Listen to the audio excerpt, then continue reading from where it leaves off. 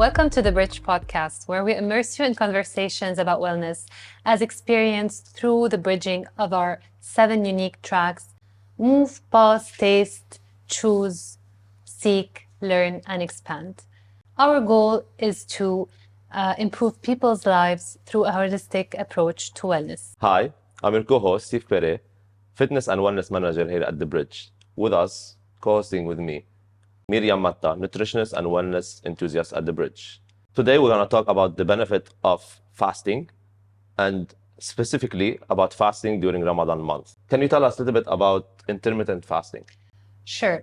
I want to clarify to everyone first, before jumping into talking about fasting during the month of Ramadan, what is intermittent fasting and how did it start, right? So basically, it was a concept that existed a long time ago, where they were just hunters and gatherers, and people would be only able to eat when they would hunt, and then they would go through periods of non-voluntary fasting. And it started like that, so a restricted time of eating when food was available, and then periods of fasting. But today, it has become so fashionable.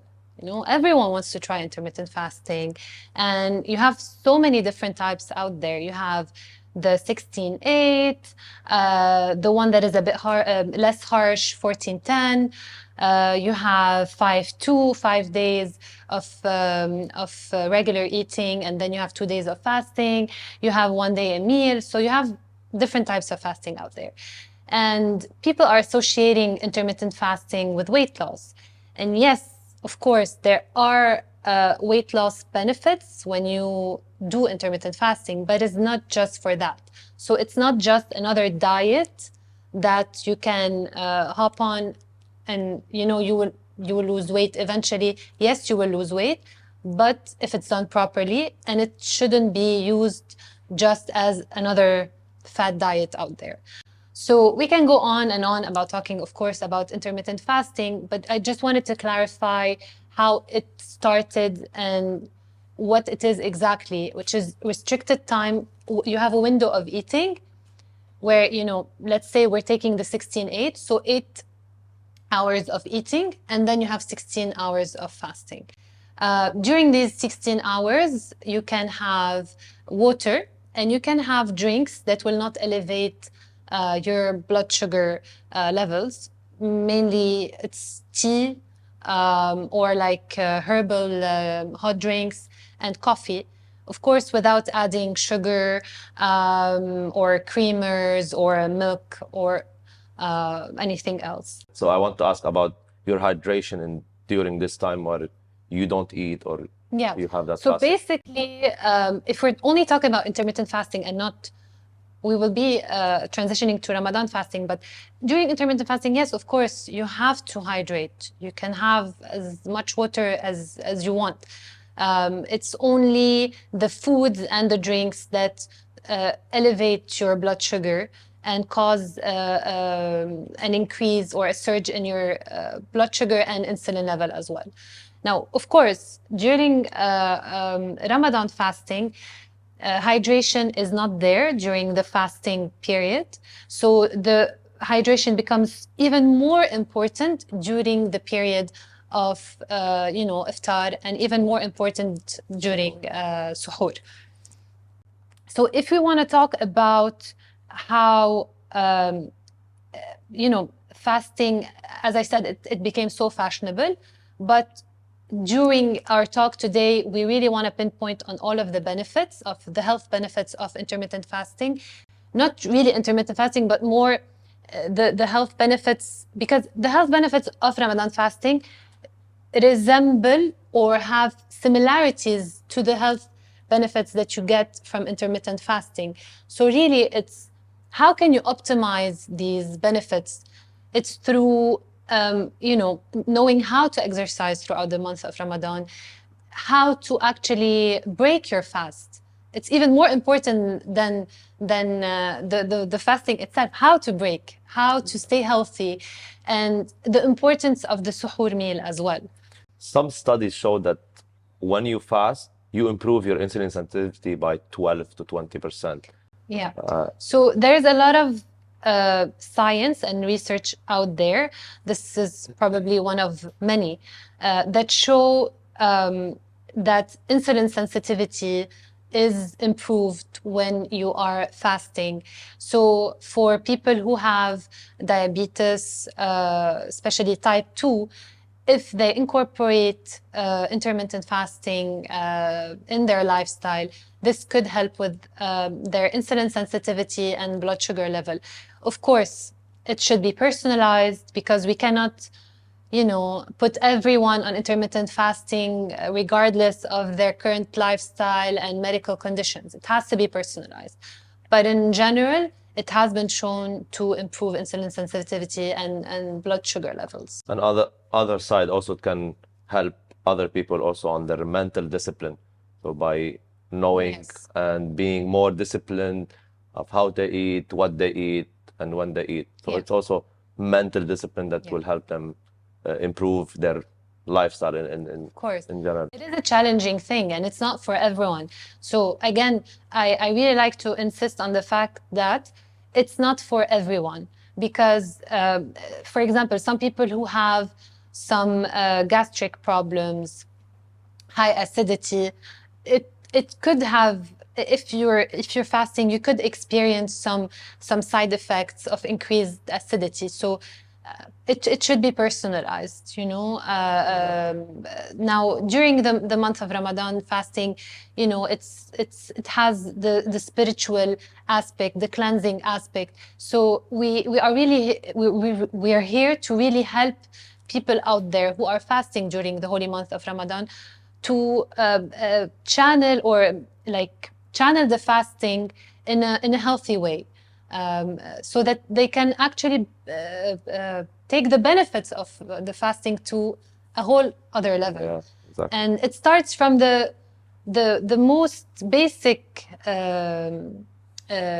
benefit, that is cleansing. So what is cleansing? How are we cleansing during our fasting period? We are cleansing through the detoxification process, and which we call the autophagy phase. So basically, when you reach 12 hours of fasting, you're already burning body fat by utilizing the ketone bodies that are forming. And then when you go up to 14 hours of fasting, this is where the autophagy starts. You're really cleansing all the toxin. It's actually, if you want to think of it as taking the trash out from the house. Your cells are regenerating. It helps with as you said, mental clarity, focus, and all of the functions of the body are able to work better because you are removing all the toxins and you're leaving more room for the good cells in your body. We can still talk also as well the gut health, which due to being without food, exercising sometimes, it can help gut health being rejuvenated and restored as well at the same time. So if I want to also go back to the idea of regulating and helping with insulin sensitivity, because for people who don't know, every time you have this surge of blood sugar and the parallel insulin, you are creating inflammation in the body. Exactly. So the higher the peak and the lower the crash, the more inflammation you have. So by working on stabilizing your blood sugar and the insulin response, you are really helping your body by reducing inflammation. And where I'll be talking in a bit about how to break the fast to avoid the spike of blood sugar and insulin. And yes, if we're going to tackle the gut health, the microbiome diversity is improved through fasting. So by microbiome diversity, we're talking about all the living organisms in your gut, because it's alive, right? You have the good and the bad bacteria. And through fasting, you can actually, help the good bacteria and eliminate the bad bacteria. That's also very interesting. Creating this healthy balance in your gut. That's the most interesting part of it. It's it's not really shown a lot. Not a lot of people feel it, but Yeah. it really happen. And when it happen, digestion start to work normally, and then Yeah, people start to exactly. feel it better. But it takes sometimes because it's not shown. People only maybe go with how much fast they lost or how much Exactly. muscle they gain. So this is what they're looking for. Okay, so I've been doing intermittent fasting, but I don't feel anything because they're focused on the weight loss, on the number on the scale. And some people, they tell themselves, okay, I'm gonna fast for 16 hours. And then in the in the 8 hours window of eating, they're going way above their calorie needs. So of course, at the end of the day, they're not gonna lose weight if they're overeating within the 8 hour window, Of course, you know? of course. And then in the fitness part of it, there is always some challenges due to fasting. Of course, the time to train is something that you need to focus on because it's challenging to train when you're fasting. There is also the power that you have, so it's Yeah. lack of energy that you will receive. So that's for sure something that you need to focus on when you put your program. And there's the other Course. part of it, which is the dehydration, especially due to Ramadan because people will not drink. Maybe in intermittent fasting is a little bit different or other fasting, but in Ramadan, dehydration is one of the most challenging part of it. Exactly. And then this will comes the time of training, which is very important. And they need to understand the energy level is different on this part. And I'm sure you have a lot of people coming to you and asking you, okay, I'm going to be fasting during the month of Ramadan. How can I train? I'm scared. I don't want to lose muscle mass, but I don't know when to train. I will be very low on energy before iftar. How can I stay active? So I would generally go with one thing, which is you need to set your goal, your fitness goal basically in Ramadan. Either you want to understand that you will lose muscle eventually, but you need to try to maintain and decrease that fast loss of muscle, or you want to go with losing fat and that's your main part of Yeah. it. If then this is happening, then you can know when it's the best time to train and what you need to do. Basically, better to have a light cardio or anything that is a walk outside, anything that is very light intensity done before iftar. Yeah. Like this, you can keep that rate up, you can keep the steps up, you can keep the metabolism up. And then if your goal is to maintain that muscle mass, maybe not to lose a lot of that muscle mass, or if your eating habits are a little bit better, your hydration is a bit better during the fast during the after iftar, and the sleeping pattern is considered a little bit in the norm, then you may consider of gaining muscles. So if that's the case, then training post Ramadan with weights and resistance is better to be done after iftar. Now, the people with their lifestyle a little bit in between, they're still not sleeping well and all the stuff, we suggest that they reduce their weight, take it as a deload phase for a month. Deload phase means less weights, focus on more repetition just to maintain that muscle mass and work out without losing their habit Yeah. of not coming back to the gym. Now, if their main goal is losing fat and being more in the cardiovascular, better is to come just before iftar time.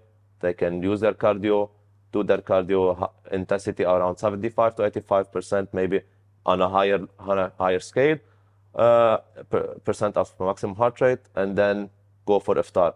I also sometimes suggest people, I know it's hard during Ramadan, training just after iftar, which is quite challenging for some people because it's time where they go to pray or meet with the family. But basically, that's the best time so they can eat a little bit, Yeah. have a drink, take water, maybe use some electrolytes, Yeah. and then go to train, which they have their electrolyte during training. Very important is to not lift weight before iftar. Yeah. Usually people do that mistake. They come in, not eating Yeah. for some times, not drinking water, and then they go to train. Muscles are not hydrated correctly.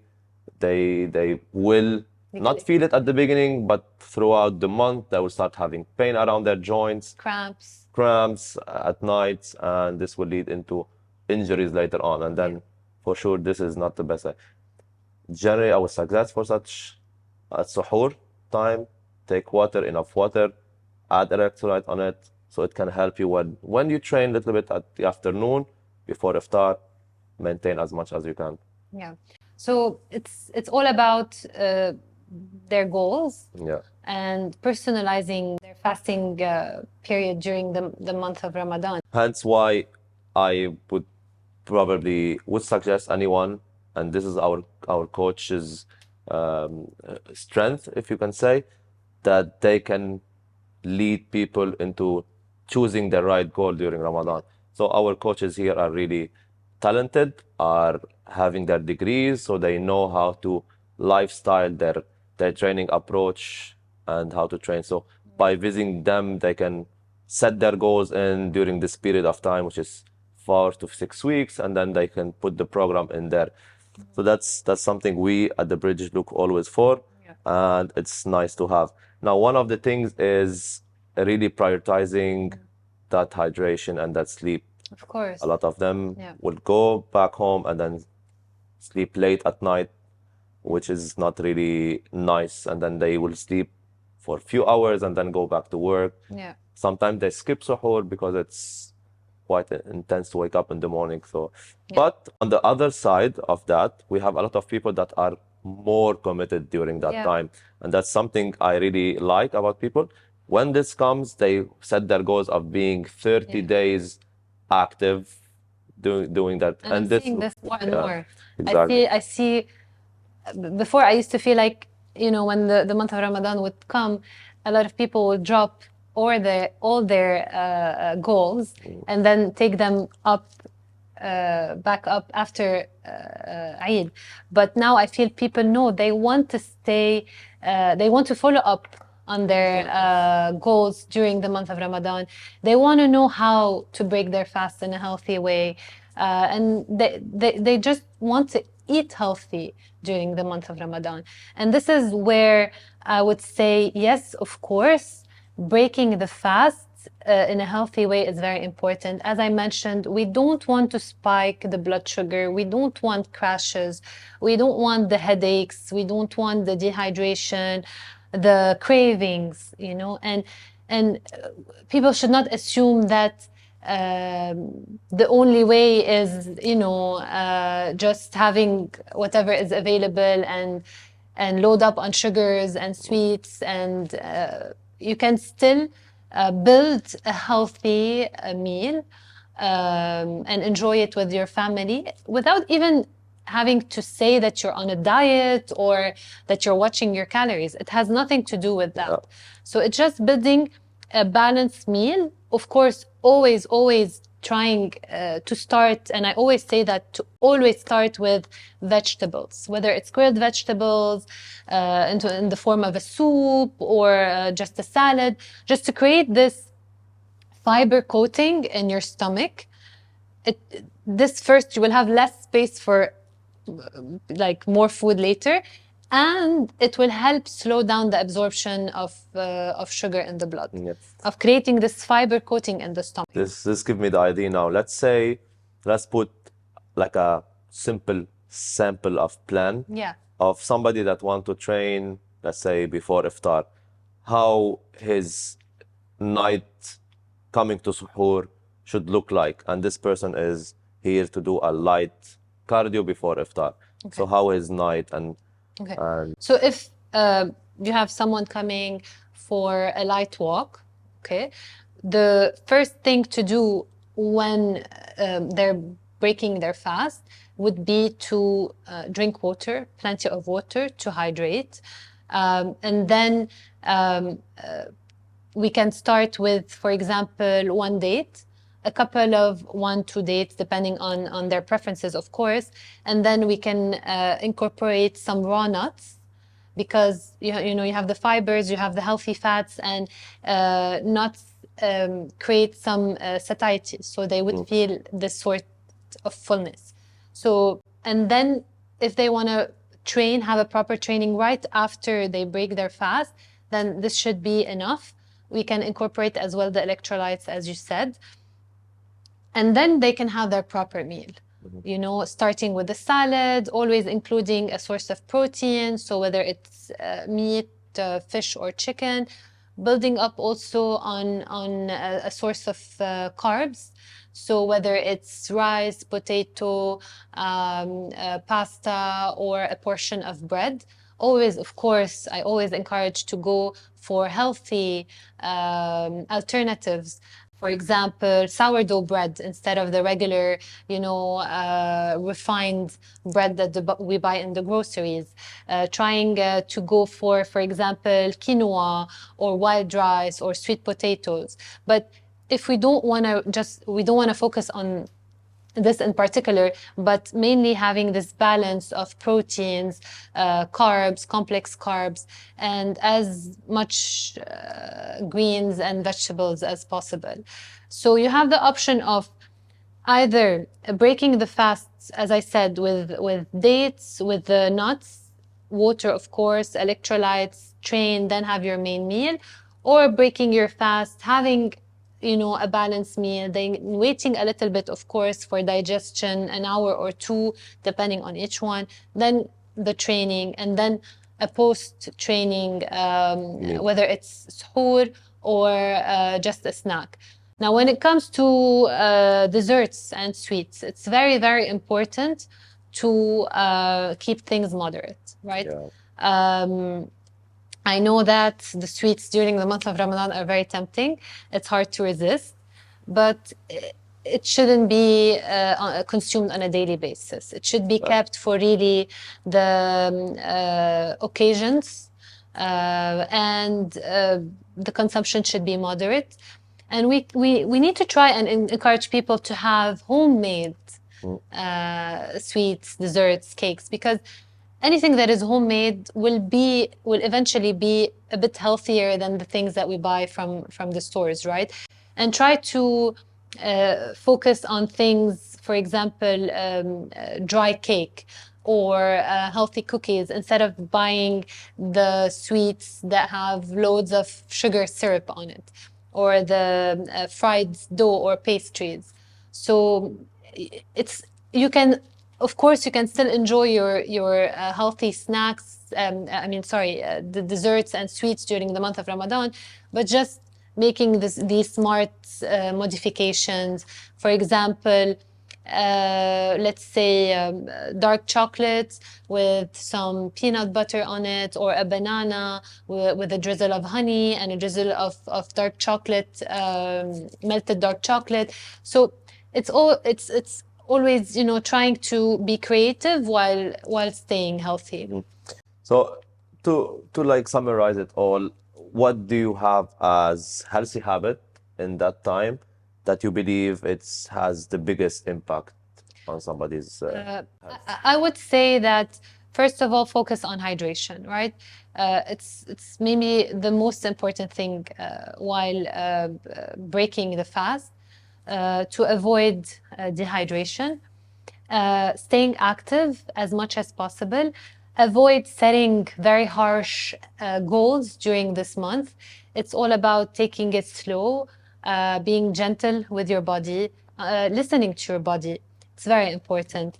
And trying to have a different approach to it, that yes, you have all the food in front of you, you want to enjoy it with your family and friends, but how can you do that while still staying healthy? It's asking yourself this question. Okay, so how can I do it differently this year, this time around? What can I improve? And it could be one thing. Yeah. It doesn't have to be 10 Steps. things at once. It could be, okay, this year, during the month of Ramadan, I'm gonna, you know, increase my daily steps. Or I'm gonna hydrate better. I'm gonna sleep more. I'm gonna actually try to have a suhoor meal, because suhoor is very important.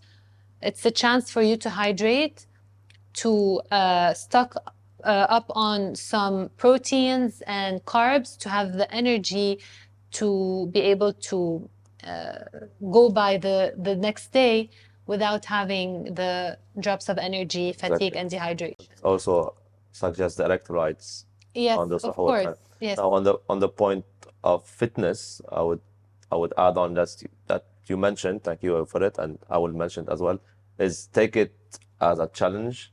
And in this challenge, add more steps, make it as adding more steps as the healthy habit that you Yeah. can have. No need to go as heavy as you Crazy. were before and Yeah. crazy. Just make it simple. Just let's say every day is one small challenge. So make every day a challenge. Let's say today I want to do 5,000 steps. Yeah. Tomorrow I want to run 1K. So make small steps every time, which will lead into a healthy lifestyle. It's not always about lifting weight and Exactly. being there. So trying maybe different types of Yeah. low impact activities, maybe Exactly. yoga, maybe meditation, start meditating, maybe, do some detoxifying treatments to really optimize the detoxifying process during the month. Maybe do more yoga, example, Yeah. Pilates, which are very Which is more light. low impact, And exactly. also, of course, not to mention, we have a good instructor that can help with that at the bridge with yoga, like swing yoga, and which are very light impact and can help with stuff.